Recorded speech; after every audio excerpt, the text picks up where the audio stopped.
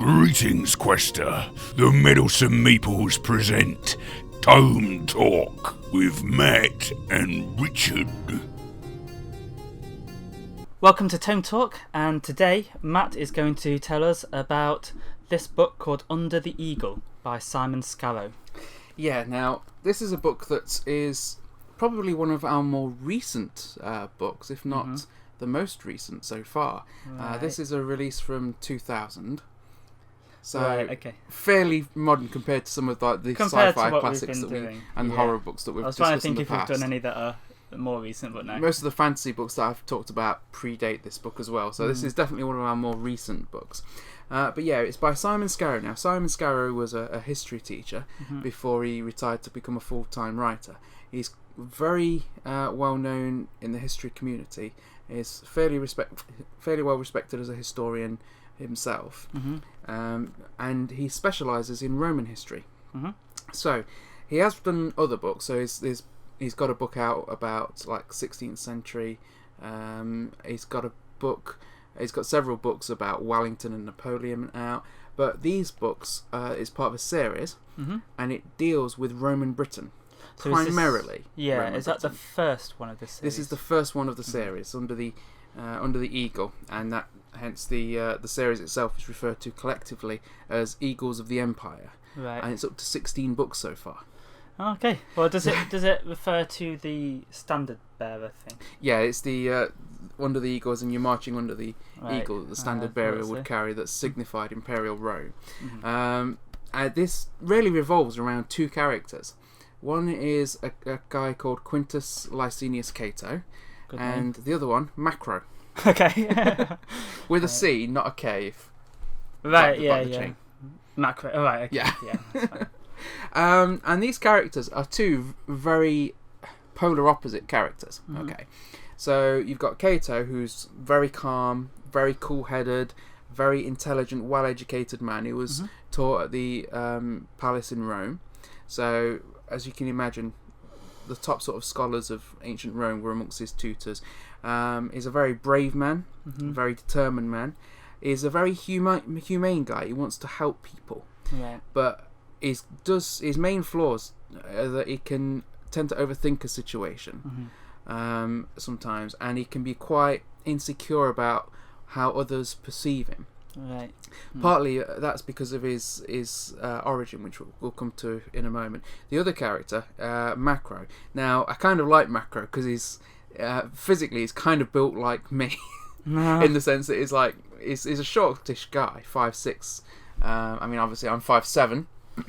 We'll be generous. No one can tell on the camera. I'm 6 foot tall, Richard. You know. Yeah, we keep having to make the camera go further away. Yeah. But he's quite stocky. In fact, he weighs pretty much my exact weight, except with him it's all muscle, and with me it's mostly not muscle. Right. Okay. It's brain.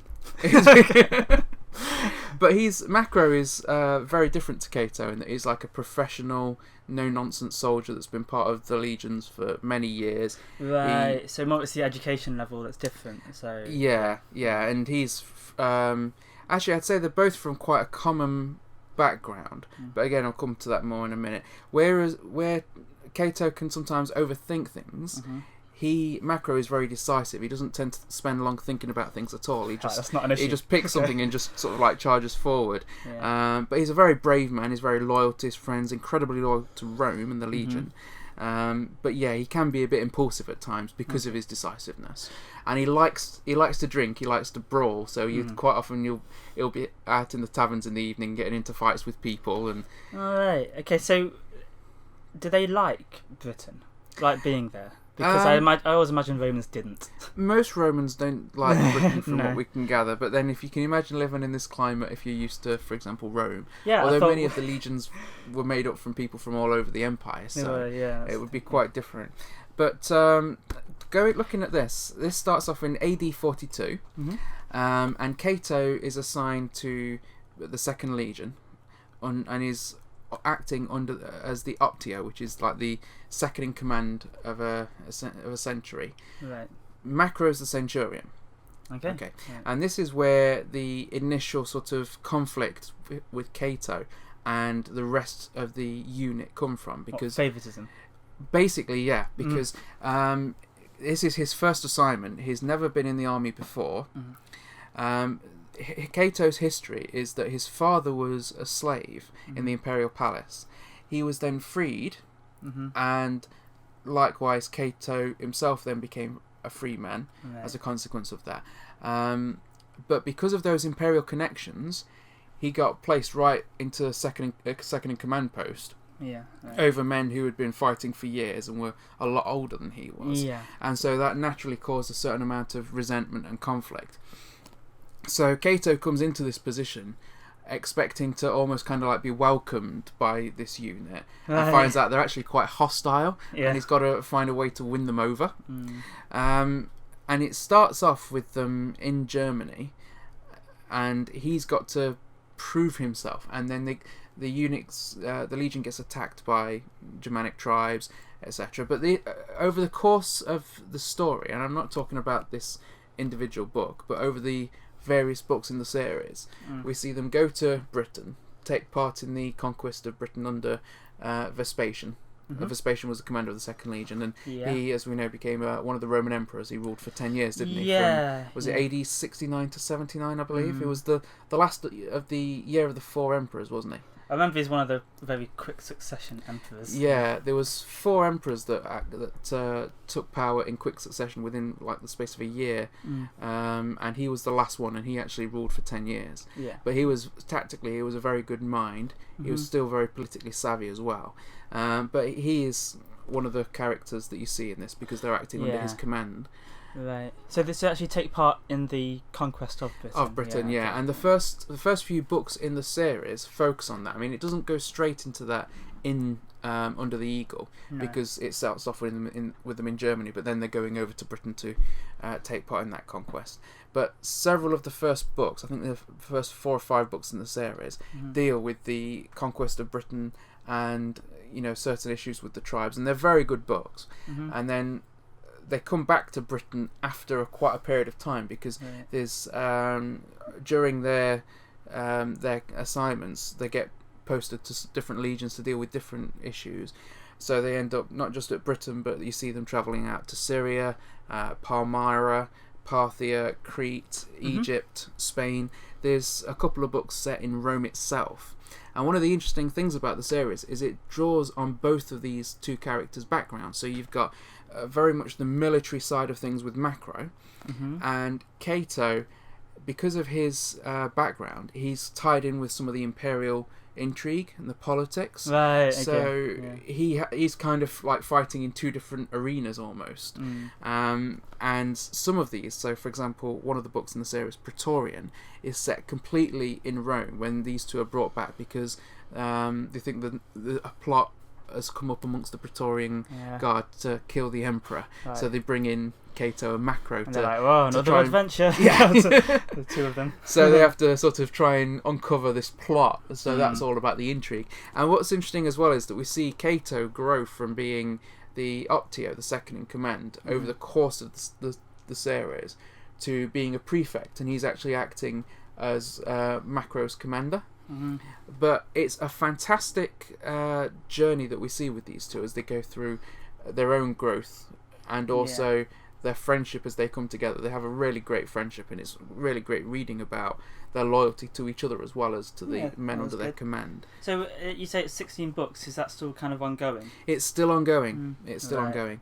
And as I say, they've sort of circled back round to Britain again. Okay. In the course of all this, getting towards this. But in that interim period, they're fighting. There's books where they have to fight pirates and stop pirates from threatening Rome. There's books where they have to go and defeat like slave rebellions led by gladiators. It's just I wonder who that was. But it is a really fantastic book. Now, I love historical fiction, and there's several writers that I particularly love in that genre. Bernard Cornwell was one I've spoken about before. It sounds similar to that. Well, I was going to say, if you like Bernard Cornwell, you absolutely must check out Simon Scarrow. If you like Conn Iggulden, because Conn Iggulden is another one of my favourites, and he again wrote about Rome, although my favourite series that Carnegie wrote was about the Mongolians and the rise of Genghis Khan. Right, yeah. And they've both got quite different ways of approaching, for example, the battles. So, for example, with Bernard Cornwell, he can write about like large-scale encounters, and he can do it well, but it tends to be about one. Yeah, he tends to like bring it down to like the hero's point of view or one of the other main characters, and it's sort of like a really close-in, one-on-one sort of thing. Yeah. Carnegie tends to take it very much out to the entire mass of the battle and describing huge encounters. Simon Scarrow can do both of those, and he can do both of them very well. So sometimes it'll be like it'll start off with like descriptions of the two sides clashing, and then you've got like it'll come in to talk about what's happening with macro.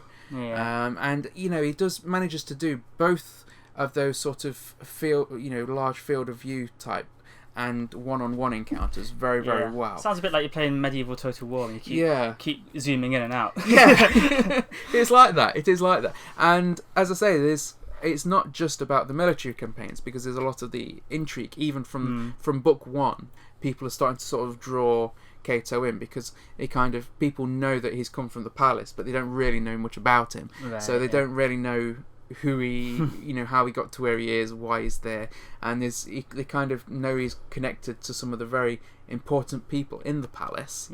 So they're kind of a little bit wary, but also kind of want to use him, maybe. Yeah, he can keep dropping hints. How's the mistress?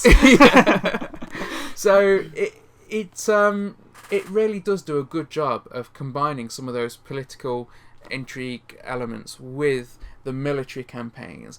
And one of the things I love about historical fiction is that I love the history as well as I love the fiction. And so I look for authors who have got a really good grounding and understanding of those times. Not just able to describe, not just able to describe the events themselves, but an understanding of why certain things happen in history, why people maybe did things a certain way, how certain cultures might have thought and reacted. And when you can then take like a fictional character like Macro and Cato and put them into those real events with people like Vespasian, that means that you can also learn a lot about the history of the events, as well as just a nice story set in those. But it makes the history easier to remember, doesn't it? Because it does. Then, like when you are reading something just about the history and that it mentions Vespasian, you can just think about scenes in the book, and you think, and you don't need to like memorize things about his life, because you think, oh, I already read it in a novel. And when you find out certain things really did happen, then it's like, well, there's a load of history you already know because I read that. So Simon Scarrow is without doubt one of the masters of historical fiction. One of my absolute personal favourites, and I absolutely love this series. So that's the Eagle series, you say? The series is Eagles of the Empire. Eagles of the Empire. The book itself is Under the Eagle. So if you wanted to start reading the Eagles of the Empire, then that is the book to start with. Yeah. And try and get through the 16 before that's another one. And it is the best sort of Roman historical fiction that I've read, and I've read quite a lot of I might hold you to that. If you say something, if another time you claim something's the best Roman historical fiction, then it's fairly niche, isn't it? Yeah, well, you think so. But there's a lot of historical fiction books about ancient Rome and the legions, but this by far, because it's not just. It's really exciting as you're reading through the events. It's really exciting to read. The style of the writing. It's fast paced. And also it's great to have characters that are very imperfect. Yeah, that's kind of what makes an interesting story, isn't it? Yeah. So really relatable characters in that sense. So definitely check out that. That's Under the Eagle by Simon Scarrow. Farewell, Quester. To find out about other productions by the Meddlesome Meeples, then check out our channel or rendezvous with us at meddlesomemeeples.com. Until next time, Quester, farewell, and keep thine axe sharp.